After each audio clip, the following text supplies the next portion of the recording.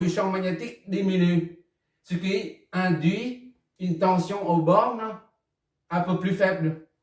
La preuve qui est là, la tension diminue, d'accord? Jusqu'à ce que la tension, le champ magnétique ne diminue plus et reste constant. H est égal à constante. D'accord? I, il n'y a plus de tension là. VT nul.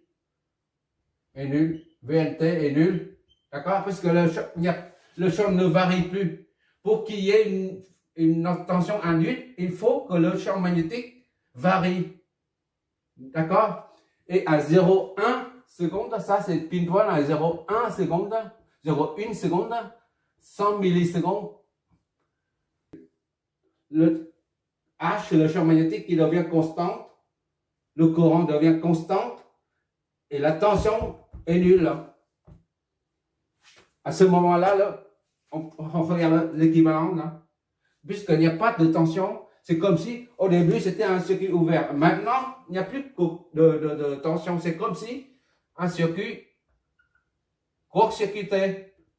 La bobine est court-circuitée à ses bornes. D'accord? Parce qu'il n'y a plus de tension. Puisqu'il s'agit d'un court-circuit, le courant est maximal. Tu vois bien ici, là, court-circuit à 0,1 et le courant est maxi. D'accord? On est en train d'expliquer, on est en train d'essayer de voir la corrélation entre les graphes et le phénomène physique qui se produit aux bornes et au sein de la bobine. Et qu'est-ce qu'il nous reste? Oui, ça, pourquoi ça se trouve, hein? Le maxi local négatif, là, se trouve déjà un autre truc. Et maintenant, oui, c'est ça. Pourquoi ça se trouve en bas, là, ici, là. Le taux, c'est que après, là, on a un 0. Là, c'est moins. Pourquoi ça ne monte pas ici, là, par exemple? 0 ici, et ça remonte, par exemple. Pourquoi ça ne remonte pas, mais ça descend? Qu'est-ce qui empêche, là? Il n'y a pas d'ouverture, il n'y a pas de fermeture. Si on ouvre, on a dit, si on ouvre ou ferme, au début, si on ferme, il y a la polarité qui est plus et moins. D'accord? Si on l'ouvre, le champ magnétique s'inverse. Ça devient plus et moins ici. Voilà. S'inverse. À condition qu'on ouvre l'interrupteur. Ici, il n'y a pas d'interrupteur. Et là, pourtant, la tension devient négative. Comment ça fait? Qu'est-ce qui conditionne la polarité du champ, de la tension? C'est-à-dire, la tension est conditionnée, la polarité de la tension aux bornes de la bobine est conditionnée par quoi, en fait?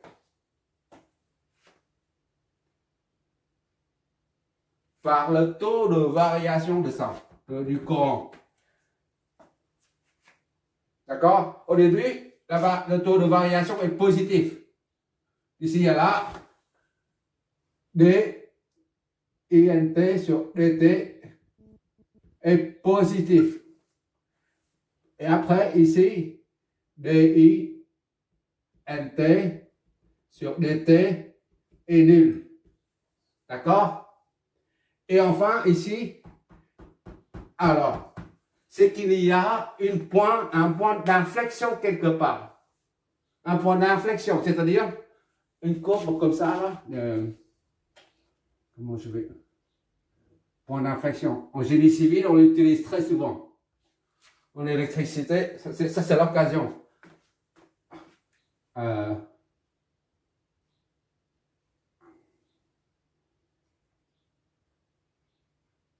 Voilà.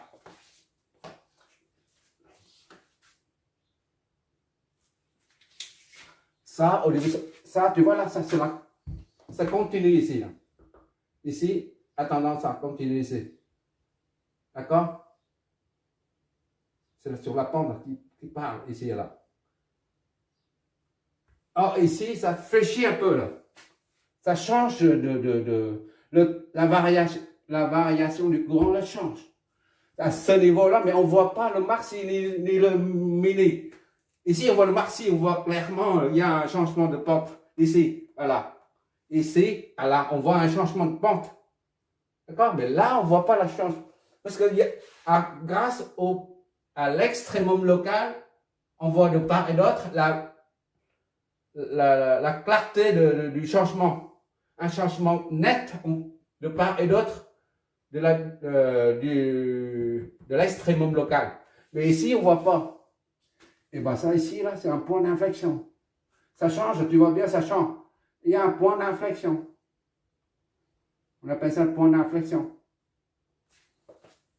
Et pour trouver le point d'inflexion, là, c'est que ici, le taux de variation DI, NT sur DT, là, le point d'inflexion, il y a une variation là, mais on ne voit pas. Et ça s'exprime par ça. Pour voir ça, il faut utiliser la dérivée seconde. Il faut que la dérivée seconde de ça s'annule et on en déduit l'abscisse, c'est-à-dire le point T. Le point où ça s'annule. La dérivée seconde de INT. INT. S'annule. La dérivée seconde de INT s'annule. Ça nous donne le temps T, l'abscisse T. Où ça s'annule. D'accord? On va vérifier ça. Et normalement, ça doit tomber sur ça. Sur l'extrémum local. On va faire une dérivée. C'est l'occasion pour. Comment on va faire? Dérivée seconde de I. Voilà. I. T'. Il est où? I T'. I T', c'est là. D'accord? Et on a remis en haut. Maintenant, on va faire la dérivée seconde. J'efface tout ça. Pour trouver le point d'inflexion.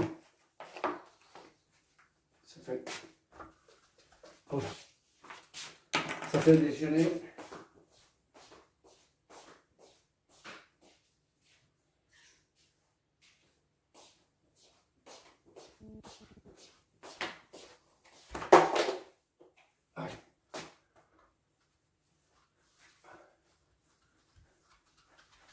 Ça fait des années que je n'ai pas fait de dérivée du point d'inflexion pour trouver parce qu'en génie civil, pour prévoir le flambement, le côté d'un poteau soumis à un effort axial, elle se met à se flamber. Elle se flambe. Le flambement, c'est grâce à ça, on en déduit. Là, on va l'appliquer ici. Voilà. Bon, le dérivé premier qui est comme ça. Je reprends. 2, E.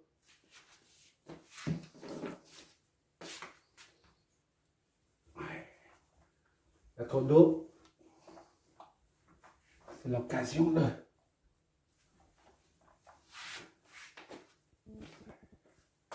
I, NT, c'est la même chose que IT, d'accord? Ici, c'est IT. INT prime est égal à 2 fois E moins 10T, 1 moins 10T. D'accord? Maintenant, pour la dérivée seconde, il faut trouver la dérivée seconde. Et la dérivée seconde, ça s'appelle ça donne le point d'inflexion. Donc, on fait la dérivée, on y va. INT seconde est égal à 2 fois U'. On dérive encore une fois. U', V, plus U, V'. D'accord? Dérivée seconde. Voilà. dérivé premier, dérivé seconde, et int seconde est égal à 2 fois dérivé de ça, ça me moins 10,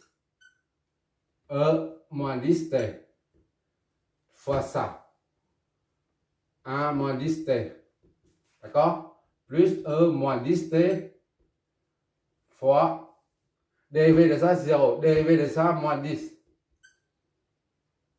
Ok. Qu'est-ce que ça donne? int seconde est égal à 2. On multiplie là-dedans. On sort. 2, on sort. Doucement, on va doucement, sinon. Moins 10 t. 1 moins 10 t. Moins 10. Moins 10 t. Voilà, on va doucement. Ça donne. On met ça en facteur. 2 fois moins 10 t. Moins 10 moins 10 t. D'accord? Il reste 1 moins 10 t. D'accord? On met ça, on facteur ça, on facteur, il reste 1. 1 à ce côté-là, parce que moins 10, on sort. 1. Donc, int seconde est égal à moins 20 moins 10 t fois 2 moins 10 t. On annule ça pour avoir l'abscisse du point d'inflexion. int s'annule. Ça ne peut pas être nul quelque part ici, seulement à l'infini. Mais nous, on n'a rien à faire à l'infini, d'accord? Donc ça ne s'annule pas. Il reste ça à annuler. 2 moins 10 t est égal à 0, soit t est égal à 2 sur 10. 1 sur 5, ça fait 1,02. Donc là, on tombe sur 0,2 comme tout à l'heure. 2 secondes. D'accord? C'est le point d'inflexion T. Ah, j'ai pas dû effacer les deux graphes. Je reprends ici. Ça, c'est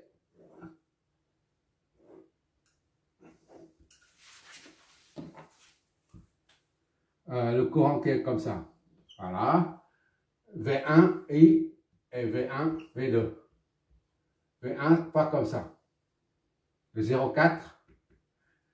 V2 c'est 0,4 aussi. Il part comme ça. Voilà. Ici, on a 0,1. Le maxi là est 0,1. Ici, c'est 0,1 qui est là. Voilà. 0,1, il part comme ça. Ça donne ici. Et ça remonte. On a dit. Et 0,2, lui, il se trouve ici. 0,2 là. D'accord? C'est le maxi local en bas là. Ça, c'est 0,2. 0,2. C'est le point d'inflexion qui est là.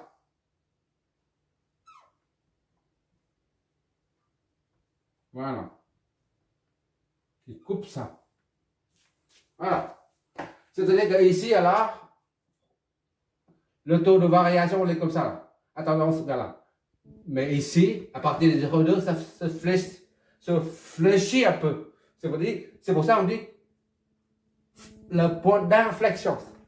Ça fléchit un peu. D'accord?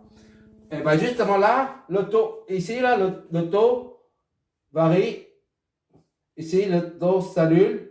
Et après, le taux de variation varie d'une façon, disons, A. Et à partir de là, le taux de variation varie d'une autre façon B. C'est la raison pour laquelle le champ magnétique réagit et la tension varie d'une autre façon. Tout à l'heure, ça descend, maintenant, ça monte. Tout ça, on peut trouver ça, on explique ça grâce au point d'inflexion. D'accord? Bon.